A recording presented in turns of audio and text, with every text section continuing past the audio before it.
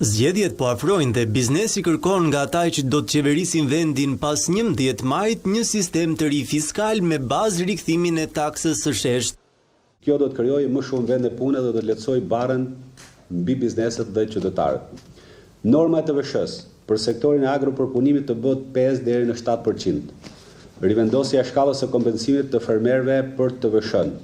Kreditim me 75% të TVSH-s për shitjen e produkteve bujqësore vendas nga subjektet që nuk janë objekti të TVSH-s.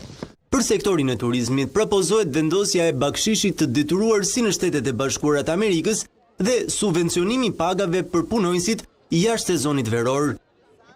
Nisur nga eksperienca e shumë vendeve të botës, fatura përmban sektorin tip bakshish, që i jep mundësi klientit të shpërblejë personelin e shërbimit pa rënduar xhiron e subjektit operatorit në rastin konkret.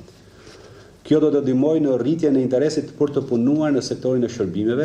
Mendojmë se në Shqipëri duhet të mos tatohen të ardhurat që shkojnë deri në 1.500 euro. Subvencionet në paga sigurime për punonjësit sezonal në turizëm. Sa i takon sektorit të ndërtimit, propozohet ulje e taksës së ndërtimit në infrastrukturë dhe asaj të rivlerësimit që aplikohet në rastet e shitblerjes së pronave.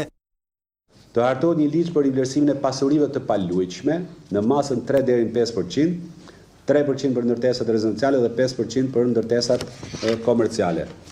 Ndërkohë që propozojmë që taksa për kalimin e pronësisë së patunshme të jetë jo më shumë se 7%.